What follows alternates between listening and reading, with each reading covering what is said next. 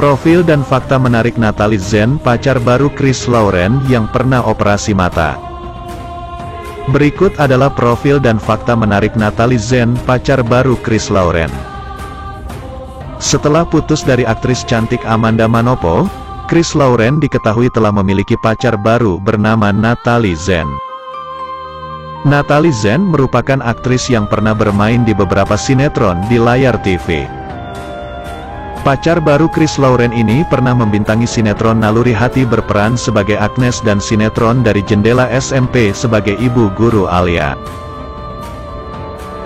Dirangkum dari berbagai sumber, inilah profil dan fakta Natalie Zen, pacar baru Chris Lauren yang pernah operasi mata. Nama asli: Baby Natalie. Nama panggung: Natalie Zen. Tempat: tanggal lahir: Jakarta tanggal 24 Desember tahun 1999. Umur 21 tahun. Pada tahun 2018 Natalie Zen diketahui pernah menjalani operasi mata. Pacar baru Chris Lauren ini ungkap kalau sejak kelas 1 SD matanya sudah -5 dan harus menunggu usia 18 tahun untuk operasi LASIK, Laser Assisted In Situ Keratomilesis. Jujur awalnya aku takut buat laser, tapi aku gak betah harus pakai softiens dan kacamata terus dan kasihan mataku juga. Tapi karena papi pernah di laser dan sampai sekarang minnya 0, keren banget dan super jaga, akhirnya aku beranikan diri buat laser, ungkap Natalie di Instagram. Dunia entertainment juga mengupas full bocoran terpaksa menikahi tuan muda Jumat tanggal 14 Januari tahun 2022 membawa sensasi kasus demi kasus yang semakin menegangkan. Dalam episode ini, terpaksa menikahi tuan muda semakin membawa edukasi dalam rumah tangga semua orang di Indonesia. Abimana sedang berada dalam kondisi masih lemah. Akan tetapi, dia berangkat ke kantor polisi untuk mencabut kembali tuntutannya dulu terhadap Raditya. Ketika Raditya mendengar itu, dia merasa bahagia sebab dirinya bukan menyandang status buronan lagi. Di sini, Kinanti sangat merasa khawatir akan kondisinya yang belum benar-benar pulih, maka dia selalu memantau perjalanan suaminya itu.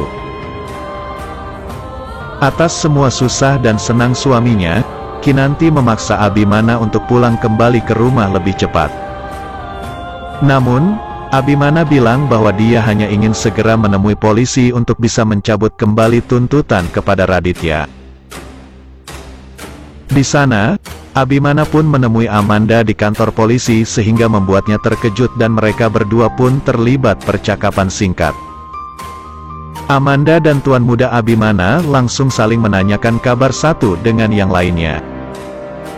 Persis pada saat itu, Abimana cukup cuek kepada Amanda dan jawabannya serta sikapnya pun patut dicurigai.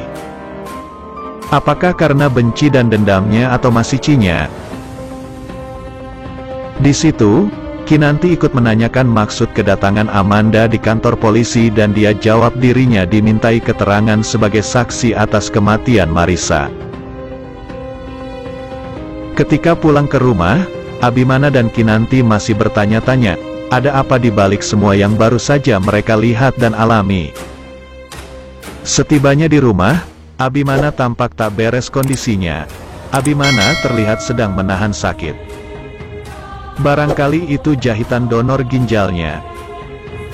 Di sini, sebagai istri yang menjaga suaminya, Kinanti masih bingung mengapa dia mencabut tuntutannya kepada Raditya. Di scan lain kita nanti malam ini dimulai dengan bagaimana perjuangan Abimana untuk membebaskan Raditya yang sudah menyelamatkan nyawanya. Abimana berencana untuk menarik kembali laporannya di polisi agar Raditya bisa bebas bergerak kemana saja, sebab selama ini dirinya adalah buronan polisi. Apa yang dilakukan oleh Abimana ini membuat Kinanti jadi khawatir, sebab Raditya adalah sosok yang hampir saja mencabut nyawanya. Di adegan lainnya, terlihat Amanda sedang mengajar di depan anak-anak di tempat tugasnya. Tiba-tiba saja, Ada anak yang nakal melempar sesuatu ke arahnya dan tepat pada dahinya. Amanda pun kesal dengan tingkah anak nakal tersebut. Namun di saat itu, Rendra yang juga hadir menemaninya mencoba untuk menenangkannya. Amanda jadi salting dan berdebar-debar jantungnya saat Rendra menatapnya dengan tajam. Dalam hati Amanda ia bertanya bahwa apakah ia kini jatuh cinta dengan Rendra dan bagaimana dengan hubungannya bersama David nantinya. Diketahui bahwa saat ini David belum bisa memaafkan kesalahan Amanda sehingga kedua mereka pun tidak pernah melakukan komunikasi.